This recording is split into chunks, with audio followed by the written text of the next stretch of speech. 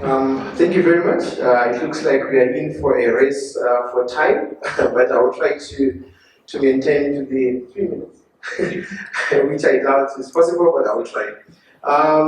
Good afternoon, ladies and gentlemen. My name is Tendai Kasinganeti. I'm a climate policy and carbon market expert, currently supporting UNDP Namibia within Namibia's carbon markets framework. As well as activation of carbon market projects implementation in the country. I observed the protocols that have already been established, and today I'm going to talk to you about how we can harness carbon finance into the different projects that are available, especially under renewable energy, green hydrogen, under the theme on collaboration for development in Namibia on the next to establish Namibia as the next hub for renewable energy generation and green hydrogen. So, just to put this into perspective, I will start with the national itemized contributions.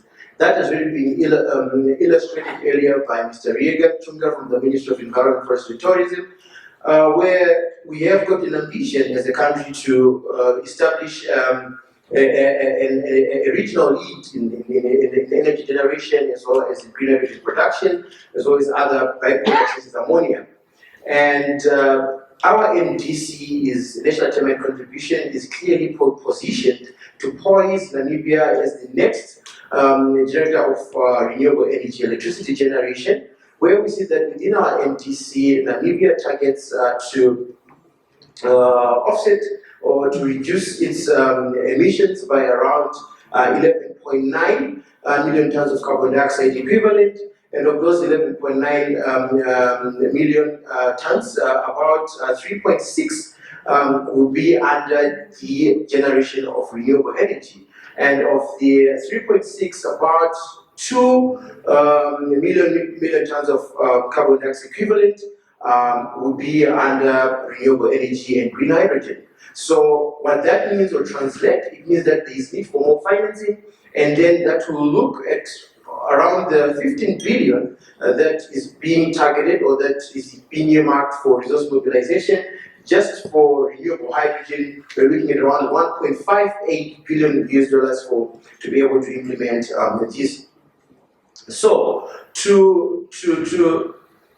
to mobilize resources for the country and to implement, realize that decarbonization is a global mega trend, and that is poised to become or to influence how businesses are going to operate from now going forward into the next decade and more.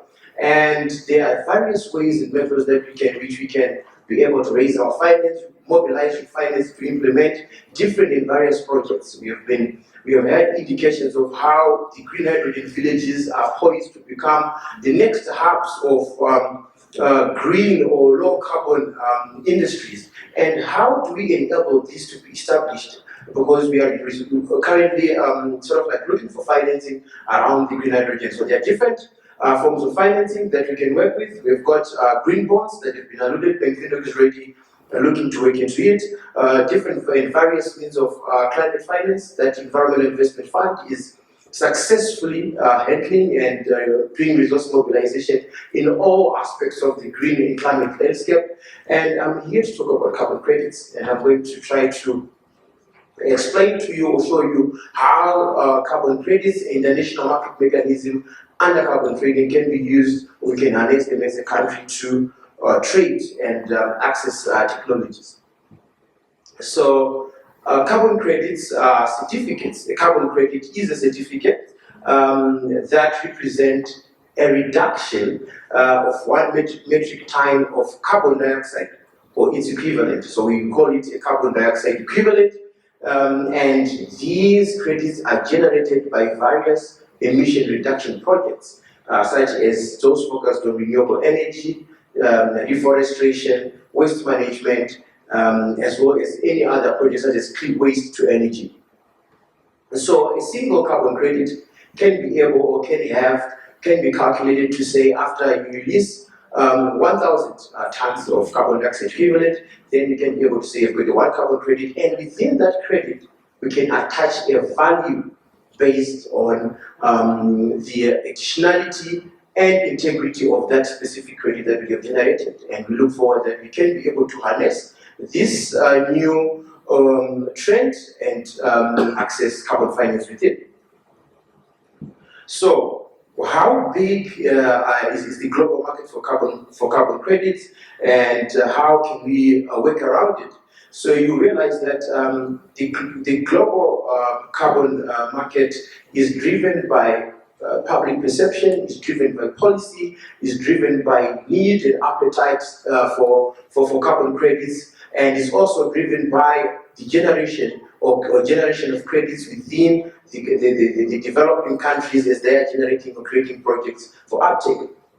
And it is anticipated that by 2050, the carbon credit market will be well above $200 billion of value, and we anticipate that through these and such economic and financial needs that the country needs for green hydrogen, we can be able to also get a piece of it and be able to implement most of our projects.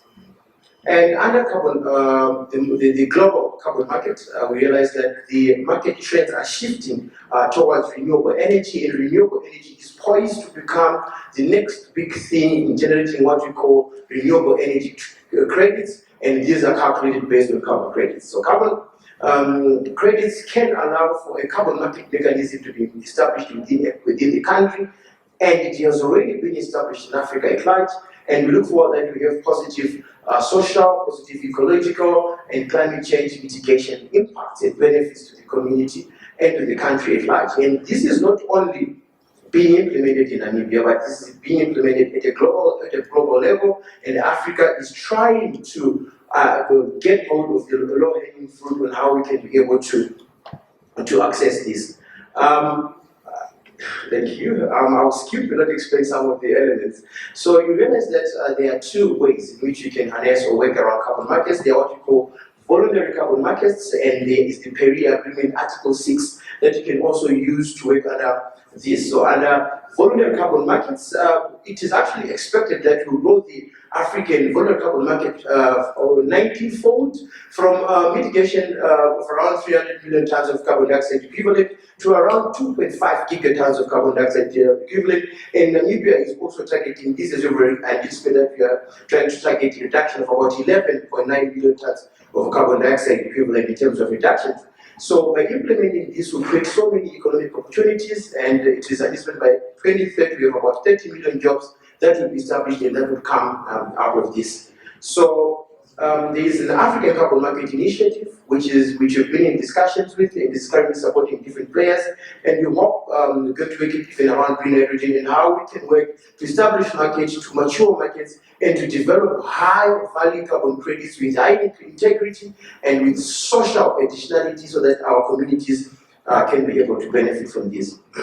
So that is voluntary carbon markets. And Article 6, there is a platform that has been set by the UNFCCC to see how countries can work together, and we have set up Article 6.2 and Article 6.4 where different companies and Article 6.2 governments and government-to-government agreements can be set, and financing can be transferred to the communities to develop green projects that can have mitigation ambitions be calculated.